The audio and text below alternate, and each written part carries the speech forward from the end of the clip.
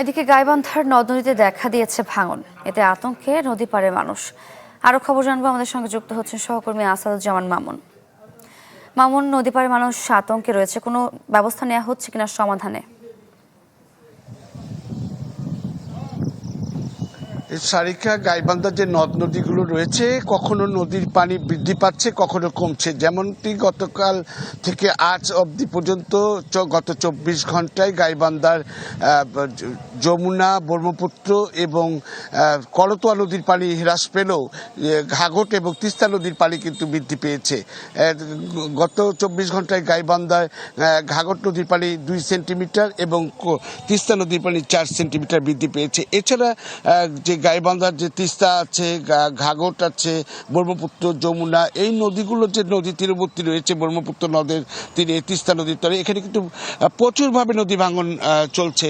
আমি যেটা জানতে পেরেছি যে এই গাইবান্ধার যে 4টি উপজেলা রয়েছে, যেমনটি সুন্দরগঞ্জ, গাইবান্ধা সদর, ফুলছড়ি এবং সাগাটা উপজেলার এই নদী তীরবর্তীগুলোতে আপনার প্রায় 50টি এলাকায় কিন্তু নদী ভাঙন তীব্র আকার ধারণ করেছে। এখানকার মানুষজন বাড়িঘর নদীগর্ভে বিলীন হয়ে গেছে, তারা বাঁধে আশ্রয় নিয়েছে, বন্যা নিয়ন্ত্রণ বাঁধে আশ্রয় নিয়েছে।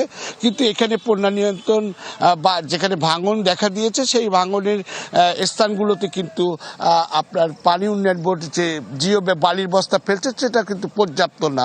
সেখানে তারা যেভাবে প্রতিরোধের ব্যবস্থা করা হতো, সেটাতে হচ্ছে না বলে এলাকাবাসী জানিয়েছেন। এখানে আমি যেটা জানতে পেরেছি, এছাড়াও সাদুল্লাপুরে করতোয়া নদী রয়েছে, গোবিন্দগঞ্জে করতোয়া নদী রয়েছে এবং ঘাঘট নদী রয়েছে সাদুল্লাপুরে, সেই এলাকাগুলোতে কিন্তু নদী ভাঙন অব্যাহত রয়েছে। পাশাপাশি পলাশবাড়িতেও নদী ভাঙন অব্যাহত রয়েছে। এই ক্ষেত্রে দেখা যাচ্ছে যে এই গাইবান্ধা যে 7টি উপজেলা রয়েছে যে নদী বেষ্টিত, সেখানে কিন্তু। মামুন, ধন্যবাদ আপনাকে। গাইবান্ধার পরে আমরা পটুয়াখালী নদী ভাঙন নিয়ে জানবো। পায়রা নদীতেও দেখা দিয়েছে ভাঙন। আমাদের সঙ্গে যুক্ত হচ্ছেন সহকর্মী MK রানা। রানা, আসল ফল থেকে তৈরি, সম্পূর্ণ প্রিজারভেটিভ মুক্ত ফ্রুটিকা, পিওর মানে ফ্রুটিকা। হ্যাঁ সারিকা, আপনাকে জানিয়ে রাখি যে আসলে এই বৈরী আবহাওয়ার পরবর্তী সময় কিন্তু আসলে নদ নদীর পানি বৃদ্ধি পেয়েছিল। পরবর্তীতে কিন্তু এখন বর্তমানে নদ নদীর কিছুটা পানি ভাটার পথে, কারণ নিম্ন স্তরে যখন পানি নেমে যায় তখনই কিন্তু ভাঙন দেখা দেয় এই দক্ষিণাঞ্চলের জেলা পটুয়াখালীতে। আমি এখন দাঁড়িয়ে রয়েছি পায়রা নদীর তীরে, কারণ এই যে এলাকা ইটবাড়িয়া, পটুয়াখালী সদর উপজেলার যে ইটবাড়িয়া ইউনিয়ন আছে, সেই ইউনিয়নের যে চান্দখালী গ্রাম আছে, সেখানে সেই এলাকা কিন্তু আসলে গ্রামের অধিকাংশ জায়গায় কিন্তু আসলে পায়রা নদীতে বিলীন হয়ে গেছে। আমি যে অংশটিতে দাঁড়িয়ে রয়েছি, আপনি দেখতে পাচ্ছেন সেই অংশটিতে আসলে এই জায়গাটাই গেল বছর কিন্তু আসলে বাড়িঘর ছিল, সেখানে কিন্তু এখন বাড়িঘর সরিয়ে নিয়ে তারা বিভিন্ন পথের পাশে বা রাস্তার ধারে কিন্তু তারা ঘর তুলেছেন। ফলে কিন্তু